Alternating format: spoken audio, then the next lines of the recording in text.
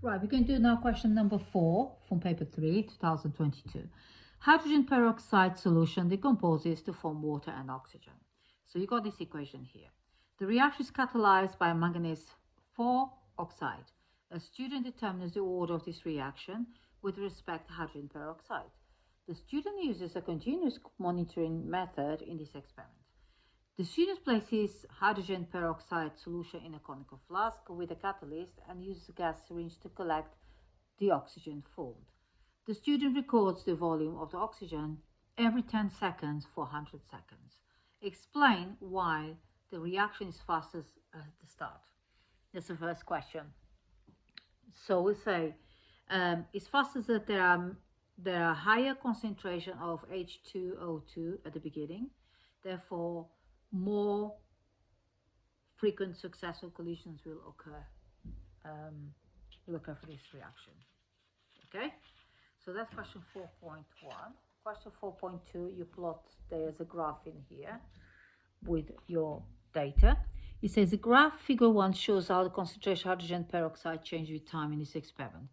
So you got tangents to the curve in figure 1 can be used to determine the rate of reaction, as that's one of the ways that you can work out the rate of reaction.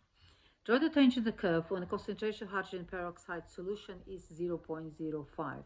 So we're going to go here, we point there, and you got a straight ruler across there, all the way across there. And then use a tangent to calculate gradient in the curve at this point. So you take the 0.72 minus that, because I counted that as the end, okay? And then divide it by 56, which is up to here, will give you equals to 0.707 divided by 56. And the value is 1.25 times 10 minus 3. Okay? Or you can end up writing like that. I apologize for the noise in the background. It's my dogs, so I apologize for the noise. It's difficult to have complete silence in here. The concentration of hydrogen peroxide solution time t during the experiment can be calculated during the expression. So we didn't question 4.3. So you got, this is the equation I have. H2O2 equals to concentration H2O2 initial, that you got big brackets, V max minus VT divided by V max. They give you all the values in here. So you got H2O2 concentration of hydrogen peroxide solution time in mole per m cubed. And you got H2 initial concentration hydrogen peroxide solution at the start. Vmax total volume of gas collected during the whole experiment. Vt volume of the gas collected at time t. So then it says in this experiment the Vmax is 100 centimeters cubed. Use a figure 1 and express calculate H2O2 T when 20 centimeters of oxygen has been collected. So initial concentration is this. How do we know this? We go to the graph and remove it from the graph, this value there.